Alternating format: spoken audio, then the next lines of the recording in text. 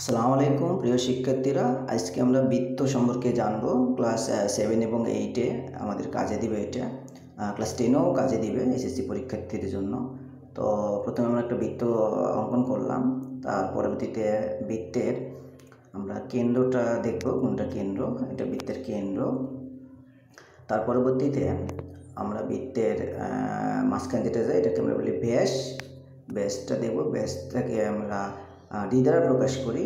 তারপরে ব্যাসের অর্ধেক আমরা ব্যাসার্ধ বলি, মূলত বৃত্তের মাঝকেন্দ্র থেকে এ পর্যন্ত যেটা আসছে এটাকে আমরা ব্যাসার্ধ, এটাকে আমরা আর দ্বারা প্রকাশ করি। তারপরে পরবর্তীতে পরিধি, পরিধিটা হচ্ছে এই যে বৃত্ত যে টোটালটা ঘুরছে সার্কেল, এই সার্কেলটাকে আমরা পরিধি বলি,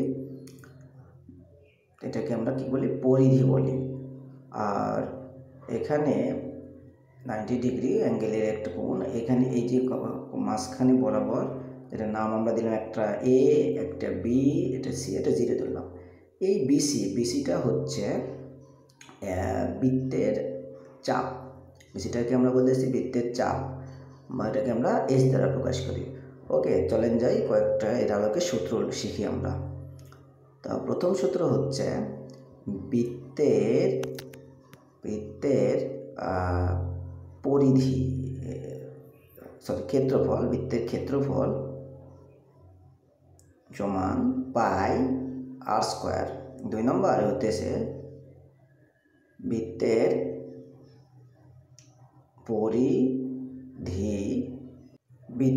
পরিধি 2 পাই আর। 3 নম্বরে হচ্ছে লিখতে পারি আমরা বৃত্তের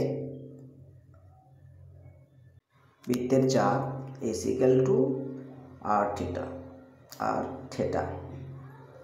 4 নম্বরে হইতেছে আমরা লিখব বৃত্ত কলার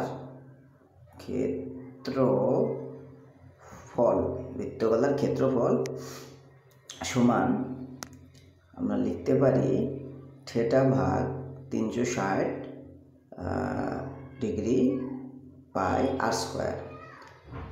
আর 5 নম্বর লিখতে পারি বৃত্ত চাপের দৈর্ঘ্য